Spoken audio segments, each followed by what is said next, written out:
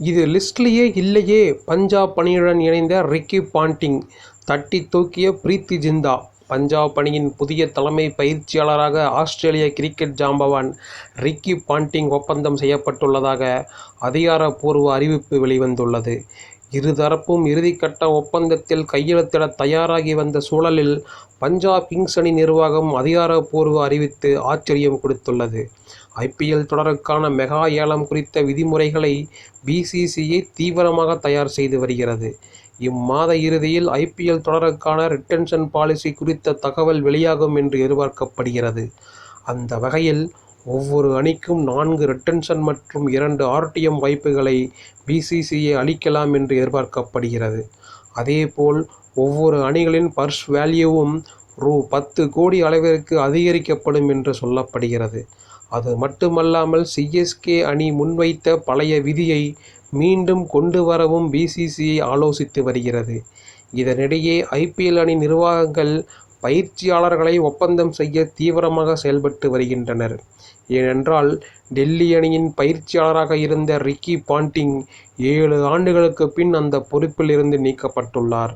அதேபோல் பஞ்சாப் அணியின் பயிற்சியாளராக இருந்த ட்ரோவர் பேலிஸ் உடனான ஒப்பந்தத்தை அந்த அணி நிர்வாகம் புதுப்பிக்கவில்லை என்று தெரிய வந்துள்ளது. இதனால் இரு அணி நிர்வாகங்களும் புதிய பயிற்சியாளரை தேடி வருகின்றனர்.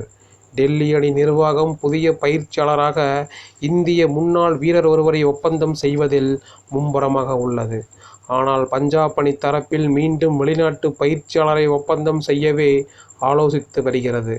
அந்த வகையில் பஞ்சாப் அணியின் பயிற்சியாளராக ரிக்கி பாண்டிங்கை ஒப்பந்தம் செய்யப்பட்டுள்ளதாக தகவல் கிடைத்துள்ளது. ஏற்கனவே சில ஐபிஎல் அணிகளுடன் மீண்டும் பணியாற்ற பேச்சுவார்த்தை நடந்து வருவதாக ரிக்கி பாண்டிங் கூறியிருந்தார். 2 வாரங்களுக்குள் முடிவு செய்யப்படும் என்று ரிக்கி பாண்டிங் கூறியிருந்த நிலையில் பஞ்சாப் அணியுடன் கைகோர்த்துள்ளதாக அதிகாரப்பூர்வ அறிவிப்பு வெளியாகியுள்ளது. அதேபோல் பஞ்சாப் அணியில் சஞ்சய் பங்கர், சுனில் ஜோஷி உள்ளிட்டோர் பணியாற்றி வருவதால் ரிக்கி பாண்டிங் அவர்களுடன் இணைந்து கொள்வார் என்று பார்க்கப்படுகிறது. துணை பயிற்சியாளராக சிலரை ரிக்கி பாண்டிங் அழைக்கவும் வாய்ப்பிருப்பதாக தெரிய வந்துள்ளது. மேலும் ரிக்கி பாண்டிங் பயிற்சியின் கீழ் டெல்லி அணி 3 ஆண்டுகள் தொடர்ச்சியாக பிளே ஆஃப் சுற்றுக்கு முன்னேறியது.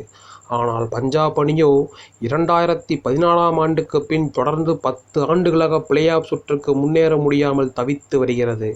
இதனை ரிக்கி பாண்டிங் மாற்றி காட்டுவார் என்று எதிர்பார்க்கப்படுகிறது.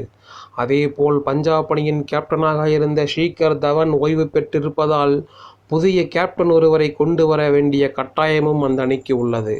இதனால் பஞ்சாப் அணியை உருவாக்குவதில் ரிக்கி பாண்டிங் முக்கிய பங்கு வகிப்பார் என்று எதிர்பார்க்கப்படுகிறது.